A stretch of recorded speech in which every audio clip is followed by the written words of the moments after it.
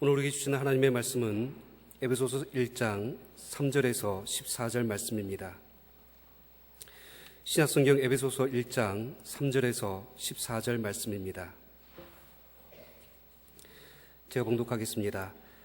찬송하리로다. 하나님 곧 우리 주 예수 그리스도의 아버지께서 그리스도 안에서 하늘에 속한 모든 신령한 복을 우리에게 주시되 곧 창세전에 그리스도 안에서 우리를 택하사 우리로 사랑 안에서 그 앞에 거룩하고 흠이 없게 하시려고 그 기쁘신 뜻대로 우리를 예정하사 예수 그리스도로 말미암아 자기의 아들들이 되게 하셨으니 이는 그가 사랑하시는 자 안에서 우리에게 거저 주시는 바 그의 은혜의 영광을 찬송하게 하려는 것이라. 우리는 그리스도 안에서 그의 은혜의 풍성함을 따라 그의 피로 말미암아 속량 곧 제사함을 받았느니라. 이는 그가 모든 지혜와 총명을 우리에게 넘치게 하사 그 뜻의 비밀을 우리에게 알리신 것이요 그의 기뻐하심을 따라 그리스도 안에서 때가 찬 경륜을 위하여 예정하신 것이니 하늘에 있는 것이나 땅에 있는 것이 다 그리스도 안에서 통일되게 하려 하심이라. 모든 일을 그의 뜻의 결정대로 일하시는 이의 계획을 따라 우리가 예정을 입어 그 안에서 기업이 되었으니 이는 우리가 그리스도 안에서 전부터 바라던 그의 영광의 찬송이 되게 하려 하심이라. 그 안에서 너희도 진리의 말씀 곧 너희의 구원의 복음을 듣고 그 안에서 또한 믿어 약속의 성령으로 인치심을 받았으니 이는 우리 기업의 보증이 되사 그 얻으신 것을 속량하시고 그의 영광을 찬송하게 하려 하심이라. 우리를 위한 하나님의 말씀입니다. 이제 담임 목사님께서 하늘에 속한 신령한 복이라는 제목으로 하나님 말씀 전해 주시겠습니다. 살아계신 하나님, 이 시간 저희들이 하나님의 음성 듣기 원합니다. 연약한 종이 감히 하나님의 말씀을 들고 섰사오니 종의 모습을 십자가 은으로 감추시고 오직 성령께서 역사하사 하나님의 말씀만 되어게 하옵소서. 예수님의 이름으로 기도합니다. 우리나라 사람들이 가장 좋아하는 말 중에 하나가 바로 복이라는 말입니다. 우리 조상들이 복을 얼마나 좋아했던지 밥 먹는 숟가락, 젓가락, 또 밥그릇 뚜껑 이런 데 전부 다 복자를 새겨 놓았습니다. 또 덮고 자는 이불, 또 베는 베개, 거기에도 복자를 수 놓았습니다. 또 뿐만 아니라 우리가 살고 있는 지붕 끝에도 복자를 써 놓았습니다. 이처럼 우리나라 사람들은 먹고 자고 입는 것이 풍부한 것, 그것을 우리가 추구할 복으로 그렇게 여겼습니다. 복자를 한자로 보아도 우리가 그 사실을 알 수 있습니다. 복자 한자는 말이죠, 보일시 변에 그 위에 한일자가 있고 입구자가 있고 맨 밑에 밭전자가 있습니다. 그러니까 한 식구가 먹고 살 밭이 있는 것을 보이는 것, 그것을 보는 것, 그것이 바로 복이다. 그런 의미로 해석할 수 있습니다. 이처럼 우리나라 사람들은 옛부터 호의호식하는 것, 그런 것을 복으로 생각했습니다. 물론 성경도 물질적인 복을 전혀 말씀하고 있지 않은 것은 아닙니다. 복에 관해서 가장 유명한 성경 말씀이 바로 신명기 28장인데 신명기 28장 2절부터 6절까지 말씀을 우리 함께 읽겠습니다. 다 함께 시작. 내가 내 하나님 여호와의 말씀을 청정하면 이 모든 복이 내게 임하며 내게 이르리니 성읍에서도 복을 받고 들에서도 복을 받을 것이며 내 몸의 자녀와 내 토지의 소산과 내 짐승의 새끼와 소와 양의 새끼가 복을 받을 것이며 내 광주리와 떡 반죽 그릇이 복을 받을 것이며 내가 들어와도 복을 받고 나가도 복을 받을 것이니라. 이러한 놀라운 복이 우리 모든 성도님들에게 그대로 임하기를 축복합니다. 그러나 이런 물질적인 복은 신명기 28장 2절 말씀 그대로 우리가 하나님의 말씀을 청종할 때 따라오는 부수적인 복이지 하나님을 믿는 사람들이 추구해야 할 본질적인 복은 아닙니다. 본질적인 것과 부수적인 것을 혼돈하면 안 됩니다. 예를 들어서 남녀가 결혼하는데 가장 본질적인 조건은 바로 사랑입니다. 그런데 그 사람이 얼마나 돈이 많은지, 그 사람의 가문이 어떤지, 어떤 학교를 졸업했는지, 외모가 출중한지 어떤지 그런 조건을 보고 결정한다면 불행해질 가능성이 다분합니다. 물론 그렇게 결혼해도 나중에 진정으로 사랑하게 되고 잘 사는 경우도 있습니다. 그러나 결혼할 때 본질적인 조건은 사랑이지 그 외 그 사람의 환경 그런 것이 아니라는 겁니다. 직업을 결정할 때도 그렇습니다. 직업을 결정할 때 본질적인 조건은 다름 아니라 재능과 열정입니다. 그 일을 얼마나 잘할 수 있느냐, 그 일을 얼마나 좋아하느냐, 그것이 조건이 되어야 되는데, 그 직업을 가지고 있으면 얼마나 돈 많이 버느냐, 얼마나 사회에서 대접받느냐, 그런 것이 조건이 되면 곤란합니다. 우리는 본질적인 것과 부수적인 것을 분별할 줄 알아야 합니다. 이미 말씀드린 대로 하나님께서 우리에게 주시는 본질적인 복은 물질이 아닙니다. 물질적인 복은 부수적인 것에 불과합니다. 오늘 말씀대로 하면 신령한 복, 영적인 복이 하나님께서 우리에게 주시는 본질적인 복입니다. 에베소서 1장 3절 말씀을 우리 함께 읽겠습니다. 시작. 찬송하리로다. 하나님 곧 우리 주 예수 그리스도의 아버지께서 그리스도 안에서 하늘에 속한 모든 신령한 복을 우리에게 주시되. 우리 주 예수의 아버지 하나님이 그리스도 예수 안에서 우리에게 하늘에 속한 모든 신령한 복을 주신다는 말씀입니다. 이 말씀에서 우리가 주목해야 될 두 가지가 있습니다. 하나는 그리스도 안에서란 말이고요, 또 하나는 하늘에 속한 신령한 복이라는 말입니다. 하나님은 우리에게 복을 주시되 그리스도 예수 안에서 주신다는 말씀이고요, 그리스도 예수 안에서 우리에게 주시는 복은 다름 아니라 하늘에 속한 신령한 복이다 하는 말씀입니다. 오늘 함께 읽은 말씀은 하나님께서 그리스도 예수 안에서 우리에게 어떤 신령한 복을 주시는가 하는 것을 가르쳐 주십니다. 첫 번째로 하나님이 우리를 창세전에 택하셔서 하나님의 자녀가 되게 하신 것입니다. 에베소서 1장 4절부터 6절까지 말씀을 함께 읽겠습니다. 시작.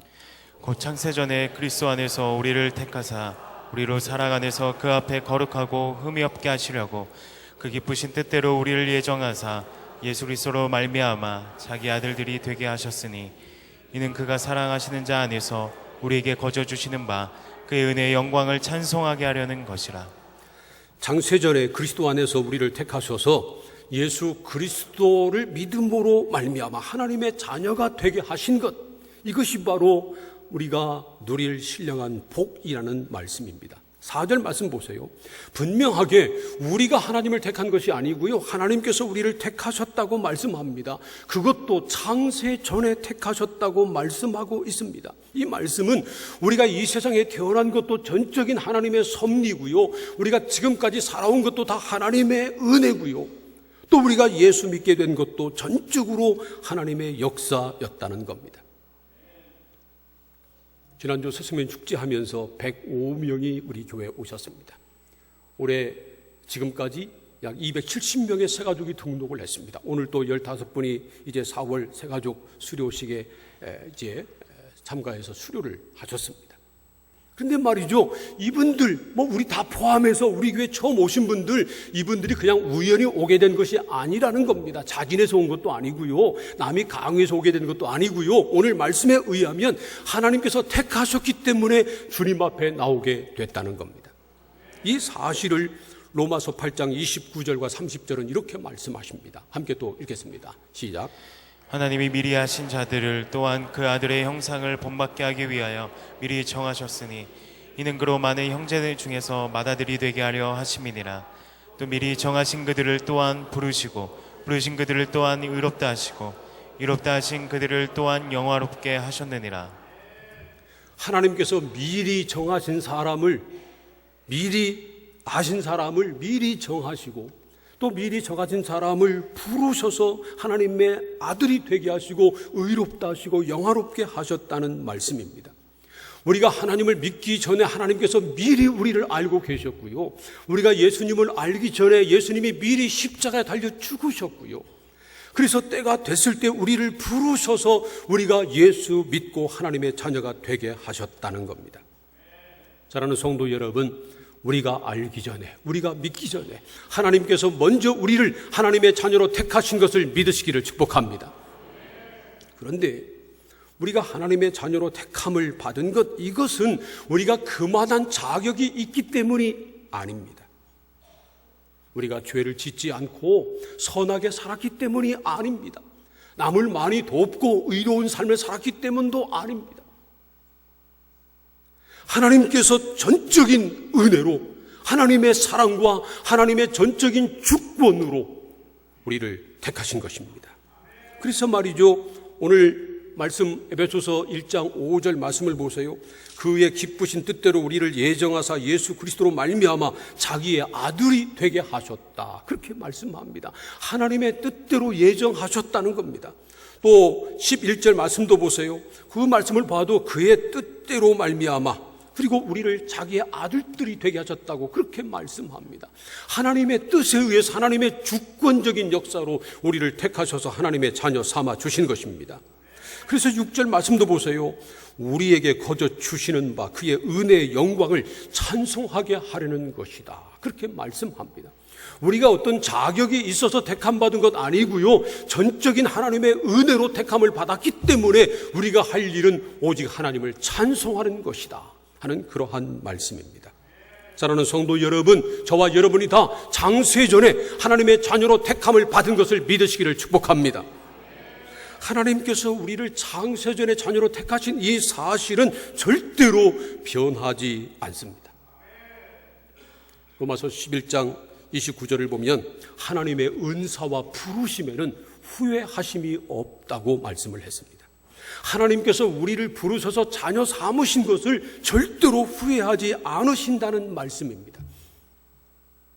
우리 사람들은요, 후회를 잘해요. 그래서요, 자기들끼리 좋아서 결혼해서 자녀를 낳아놓고도 자녀 낳은 것을 후회하는 사람도 있습니다. 그래서 그런 말을 하잖아요. 내가 저것 낳고 미역국을 먹었나? 왜 내가 저걸 낳았나? 후회하는 경우가 없잖아 있습니다. 그런데 말이죠, 하나님께서는 우리를 하나님의 자녀로 택하신 것을 절대로 후회하지 않으신다는 겁니다. 우리가 하나님의 자녀답게 살지 못하고 하나님의 영광을 가리워도 하나님은 우리를 하나님의 자녀로 택하신 사실을 절대로 후회하지 않으십니다. 그 말씀은 우리가 하나님의 자녀로 택함을 받았다고 하는 사실이 절대로 변하지 않는다는 겁니다. 그러므로 우리가 전능하신 창조주 하나님의 자녀로 택함을 받은 것보다 더 큰 은혜는 없습니다. 사랑하는 성도 여러분, 우리가 전능하신 하나님의 자녀로 택함 받았다고 하는 사실을 분명히 믿고 우리를 자녀로 택하신 하나님의 은혜를 날마다 찬송하며 살아가시기를 축원합니다. 두 번째 신령한 복은 예수님의 피로 구속 곧 죄 사함을 받은 것입니다. 에베소서 1장 7절 말씀을 함께 읽겠습니다. 시작. 우리는 그리스도 안에서 그의 은혜의 풍성함을 따라 그의 피로 말미암아 속량 곧 죄사함을 받았느니라. 우리가 그리스도의 피로 말미암아 속량 곧 죄사함을 받은 것, 이것이 바로 두 번째 신령한 복이다 하는 그러한 말씀입니다. 우리 사람은요, 죄를 짓고는 못 삽니다. 창세기 1장 27절 말씀대로 하나님은 사람을 하나님의 형상대로 창조하셨습니다. 사람만 하나님의 형상을 가지고 있기 때문에 사람만 종교성이 있고요, 양심이 있습니다. 요즘은 우리 옛말대로 개팔자가 상팔자인 시대입니다.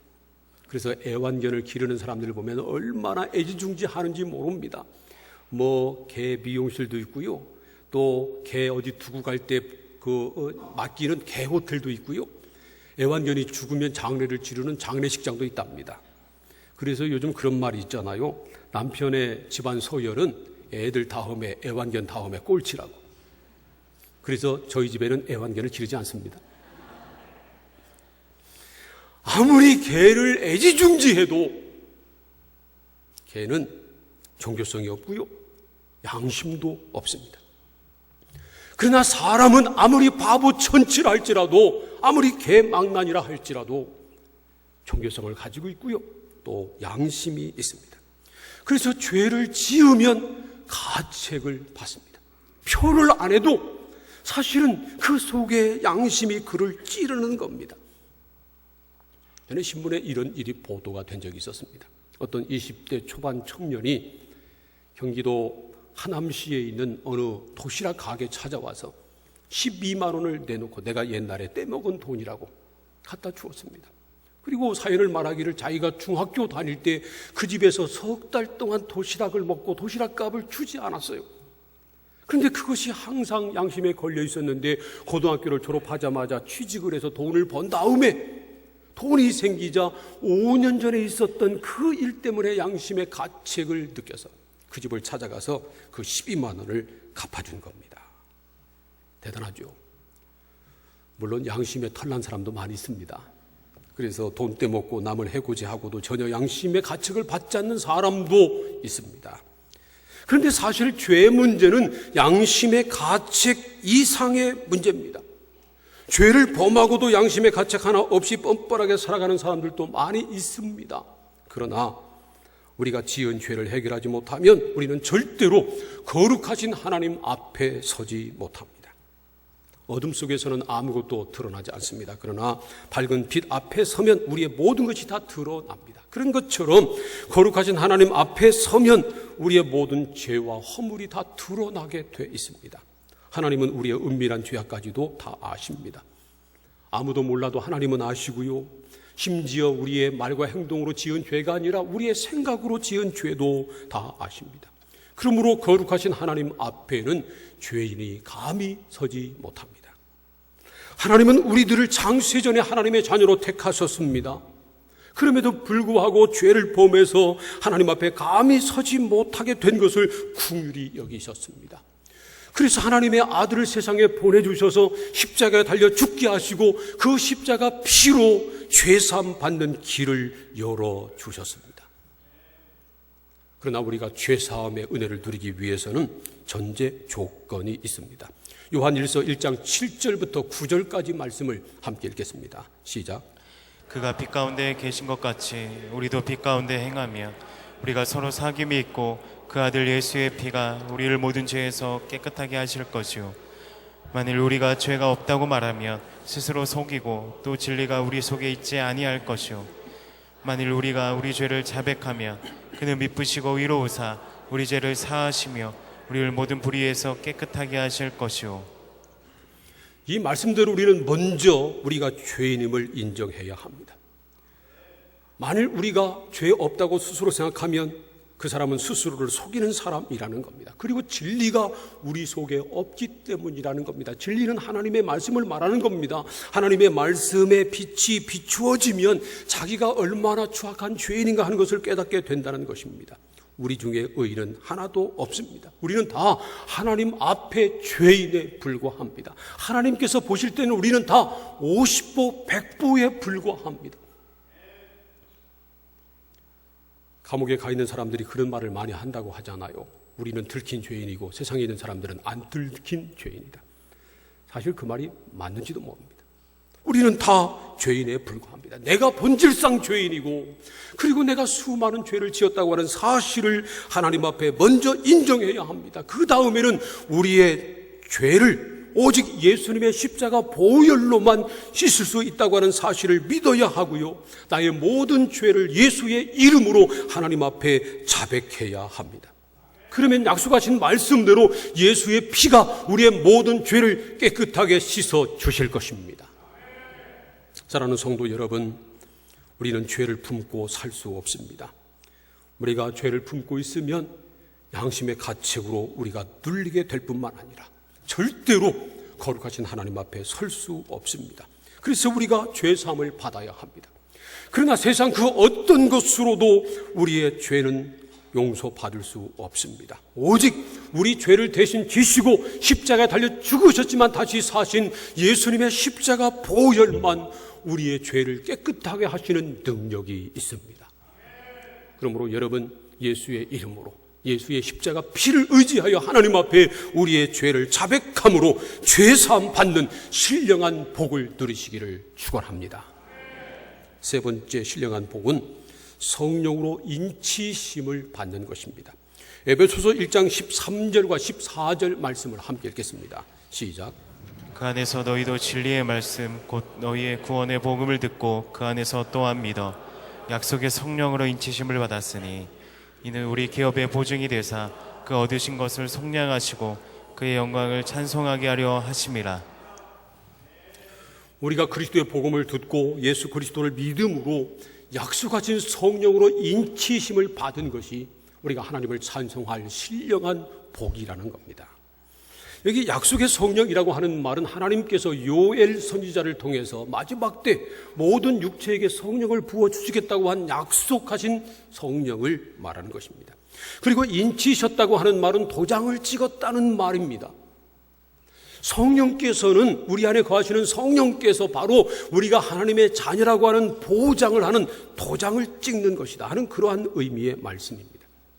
사도행전 1장 4절을 보면 부활하신 예수님께서 제자들에게 예루살렘을 떠나지 말고 아버지 하나님이 약속하신 성령을 기다리라, 그렇게 말씀을 했습니다. 그리고 예수님은 하늘로 올려가셨는데 그 다음에 제자들이 예루살렘을 떠나지 않고 마가의 다락방에 들어가서 오직 성령을 기다리며 기도했습니다.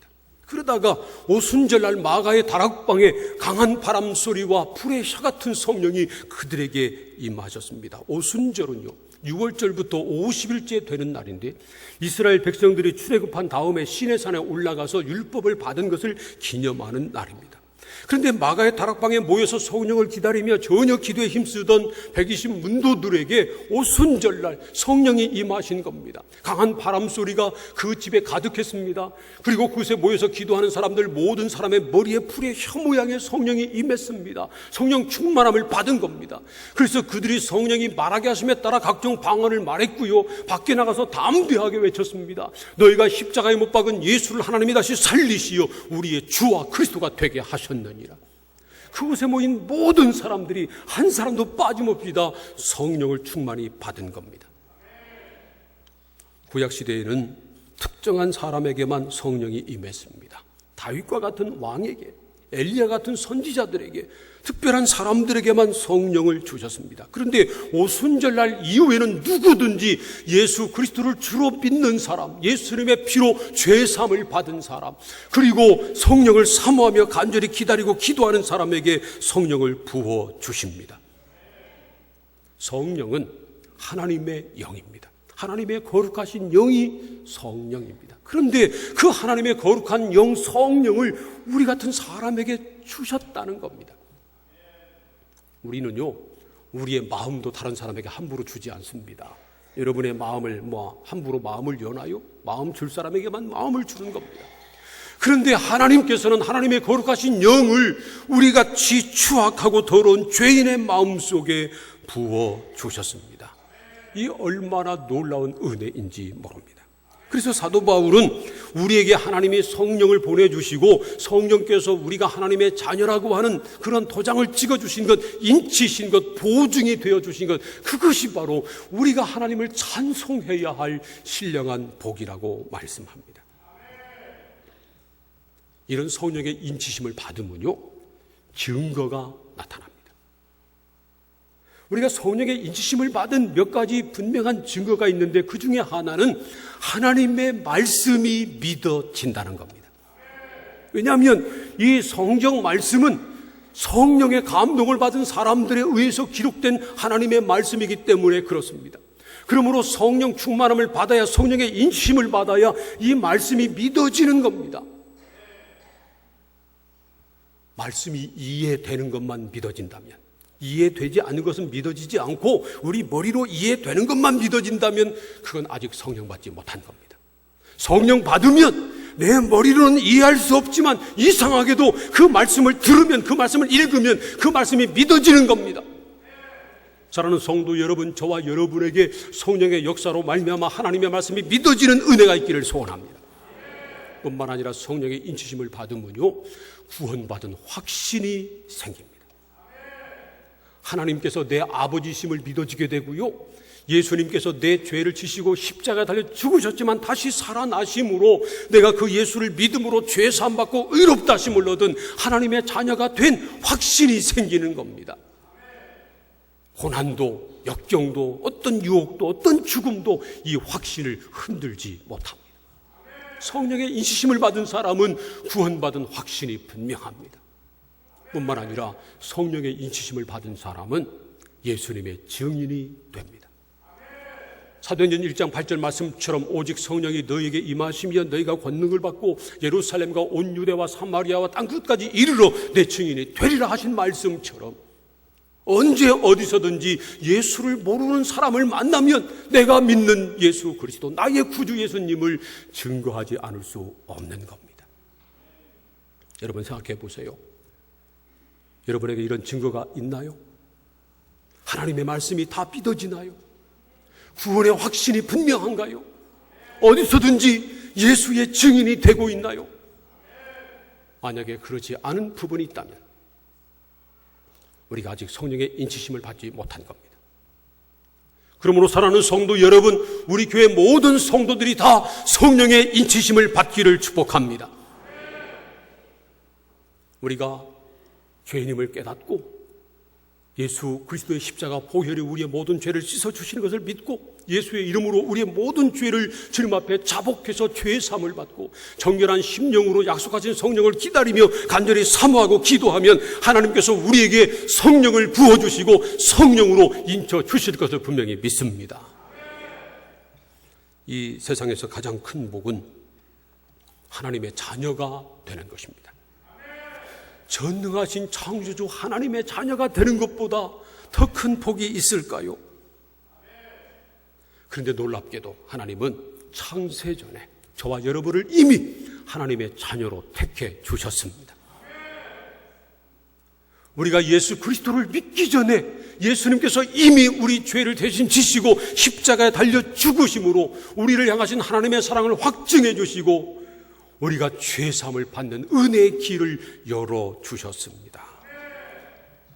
그리고 예수의 피로 죄사함을 받은 우리들에게, 하나님의 성령을 사모하는 우리들에게 하나님께서 우리에게 성령을 부어주셔서 성령으로 인치심으로 우리가 하나님의 자녀가 됐다고 하는 보장을 해주셨습니다. 만약에 우리가 이런 놀라운 신령한 복을 받아들이고 있다면 우리는 항상 하나님을 찬송해야 합니다. 하나님의 찬송이 돼야 합니다. 그래서 에베소서 1장 6절, 12절, 14절 말씀을 보면요, 이 신령한 세 가지 복, 성부 하나님께서 창세전에 우리를 하나님의 자녀로 택하시고 성자 예수님이 십자가 피로 대속해 주시고 성령 하나님께서 우리 안에서 들어오셔서 우리가 하나님의 자녀인 것을 인쳐주신 이 신령한 복을 말씀한 다음에 그 마지막에는 똑같이 동일하게 하나님의 영광을 찬송하게 하려 하심이라, 그렇게 말씀합니다. 6절과 12절, 24절 말씀을 우리 함께 읽겠습니다. 6절 말씀 먼저 읽습니다. 시작. 이는 그가 사랑하시는 자 안에서 우리에게 거저 주시는 바 그의 은혜의 영광을 찬송하게 하려는 것이라. 12절. 이는 우리가 그리스도 안에서 전부터 바라던 그의 영광의 찬송이 되게 하려 하심이라. 14절. 이는 우리 기업의 보증이 되사 그 얻으신 것을 속량하시고 그의 영광을 찬송하게 하려 하심이라. 그의 은혜의 영광을 찬송하게 하려는 것이라. 그의 영광의 찬송이 되게 하려 하심이라. 그의 영광을 찬송하게 하려 하심이라.